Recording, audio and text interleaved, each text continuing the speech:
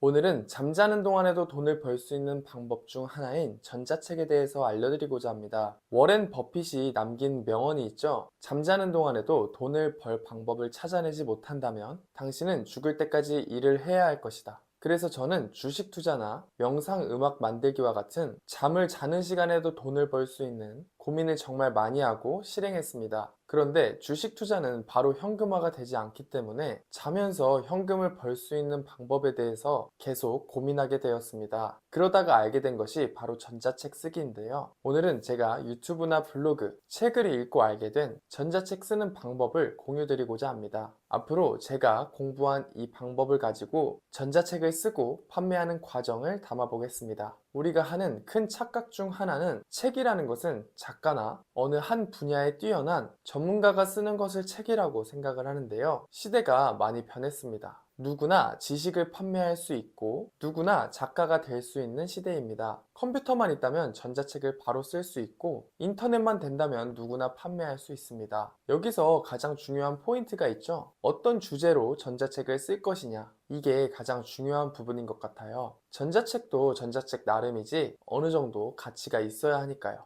주제를 찾는 방법에 대해서 예를 통해 설명드리도록 하겠습니다. 만약 얼마 전 결혼을 하게 된 신랑이나 신부라고 생각하고 가정해 보겠습니다. 결혼을 하신 분들이나 결혼을 준비 중이신 분들은 잘 아시겠지만 결혼할 때 준비해야 될 것들이 정말 많습니다. 예식장 찾는 법, 스드메 업체 정하는 법, 예복 고르는 법, 예물, 예단 고르는 법, 촬영할 때 준비해야 되는 것들 등등 대부분의 사람들은 결혼을 준비할 때 무엇부터 준비해야 되는지 몰라서 헤매는 경우가 굉장히 많습니다. 주변에 결혼한 친구나 지인이 있다면 물어물어 알아보겠지만 그마저도 차례차례 알기 힘들고 매 상황마다 지인에게 물어보기 굉장히 어렵겠죠? 이런 정보가 잘 정리되어 있는 전자책이 있다면 구매하고 싶어지지 않을까요? 일반적인 사람들이 결혼할 때 준비해야 되는 것들이나 그런 부분들을 정리하시면서 본인의 노하우나 업체들의 가격을 전자책으로 정리한다면 분명 가치 있는 전자책이 될 겁니다. 심지어는 상견례 할 때는 어떻게 준비해야 되는지 그런 내용들도 막상 유튜브나 블로그에서 정보를 찾아보려고 하면 어려울 때가 있으니 분명 좋은 예시라고 생각합니다. 만약 여행을 좋아하시는 분이라면 여행지에 대해 써도 좋을 것 같아요. 여러분들은 보통 여행 갈 때 어떻게 하시나요? 구글 지도로 하나씩 다 검색해보고 여러 블로그를 뒤져가며 명소와 맛집을 찾아 헤매시지 않으세요? 교통도 우리나라와 달라서 하나씩 다 알아보고 긴 유튜브 영상을 봐야 하는 경우도 있어요. 저도 얼마 전 오사카를 다녀왔는데 공항에 내려서 도톤보리 가는 법을 알아내기 위해 수많은 블로그와 유튜브 영상을 다 뒤져봤던 경험이 있습니다. 유튜브 영상들은 심지어 도톤보리 가는 법만 알려주면 되는데 유튜버가 비행기 타는 모습, 밥 먹는 모습 그런 것까지 다 보면서 정보를 찾아야 했죠. 그런데 만약 전자책에 교통편,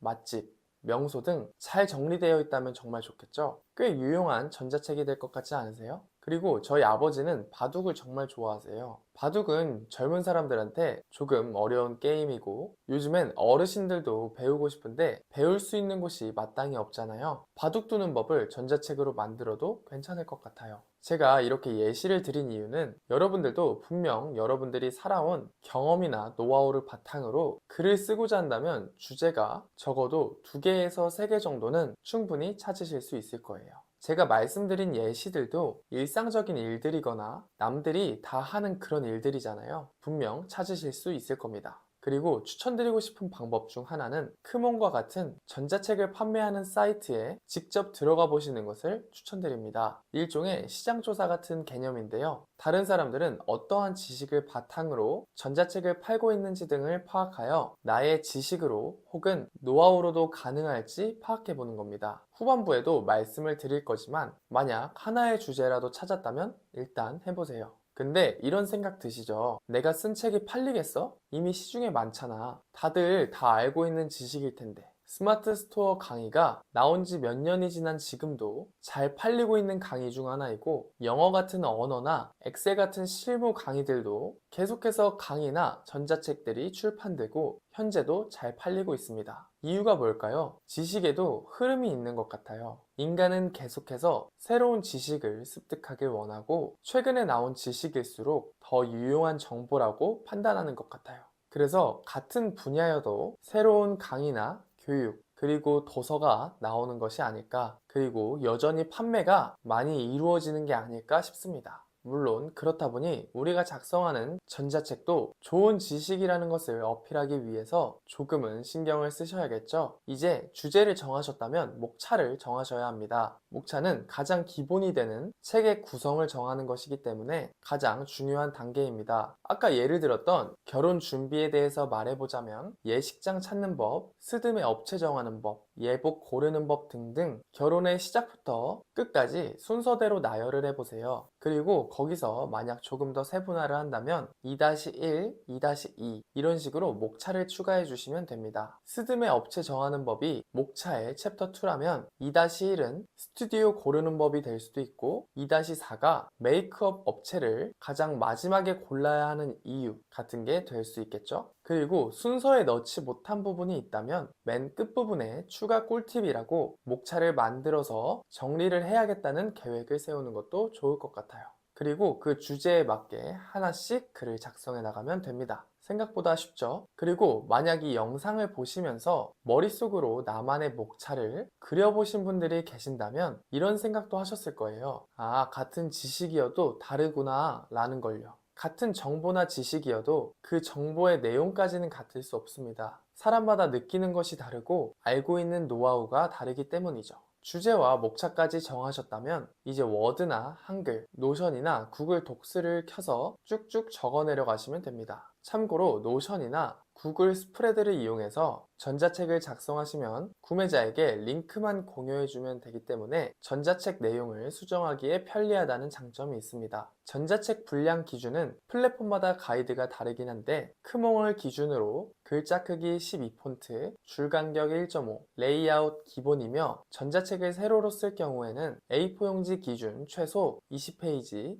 가로로 쓸 경우에는 A4 용지 기준 최소 30페이지 이상입니다. 글을 다 쓰셨다면 PDF로 변환하거나 링크를 만들면 끝입니다. 저는 보통 구글 독스를 활용해서 글을 쓰는 편이기 때문에 구글 독스에서 PDF로 변환하는 방법을 말씀드리겠습니다. 위에 파일을 누르시고 다운로드 메뉴에서 PDF를 선택해 주시면 됩니다. 전자책을 완성했다면 가격을 정해주시면 되는데요. 어릴 때 다들 배우셨던 수요와 공급의 법칙이 있죠. 내가 쓴 전자책과 비슷한 전자책들은 얼마에 형성이 되어 있는지, 그리고 그게 잘 팔리는지 등을 확인해 보시고 가격을 책정해 보시는 것을 추천드립니다. 처음에는 싸게 혹은 비싸게 올려보신 다음 반응을 보시는 것도 나의 경험을 쌓아가는 것이니 저는 나쁘지 않다고 생각합니다. 그럼 이제 전자책을 어디에 판매해야 될지만 정하면 됩니다. 어느 정도 인지도가 있는 분이라면 개인 블로그나 SNS 등을 추천을 드리고요. 인지도가 없는 분들이시라면 아무래도 수수료를 조금 더 내더라도 크몽이나 클래스101과 같은 플랫폼을 이용하시는 것을 추천드립니다. 수수료는 보통 20% 정도라고 생각하시면 됩니다. 여러분, 전자책을 쓰고 그냥 등록만 하면 끝일까요? 마케팅을 해야겠죠? 내가 책을 한번 썼으니 한번 읽어보면 어떻겠냐 권유하듯이 온라인에서도 나의 책을 홍보하는 것이 중요합니다. 마케팅에 대한 노하우까지 말씀드리면 너무 길어질 것 같아서, 만약 원하시는 분들이 있으시다면 나중에 마케팅하는 방법에 대해서까지 다뤄볼 테니까요. 댓글 꼭 남겨주시면 감사하겠습니다. 내가 책을 쓸 수 있을까? 혹은 책을 쓴다고 해서 팔리기라도 할까? 라고 생각하지 마시고 일단 뭐라도 작성을 해보시고 전자책의 마침표를 한 번이라도 찍어보시는 것을 추천드립니다. 그 전자책이 비록 한 권도 팔리지 않는 전자책이더라도 마침표를 한 번이라도 찍어보신 분들은 두 번째 전자책은 분명 더 발전된 전자책일 거고 팔릴 가능성이 더 높은 전자책일 것입니다. 뭐든 경험해보고 될 때까지 해보자라는 마음가짐으로 한번 진행해 보시는 것 추천드립니다. 슈퍼노멀이라는 책을 보더라도 어차피 한 번에 성공하거나 부자가 되는 사람들은 천재인 거고 우리 같은 사람들은 다 노멀한 사람들이잖아요. 그럴수록 노력하는 자세가 더 중요하지 않을까라는 생각을 합니다. 그럼 앞서 말씀드린 것처럼 마케팅에 대해 궁금하신 분들은 댓글 남겨주시고요. 이외에도 다른 질문이 있다면 댓글 달아주세요.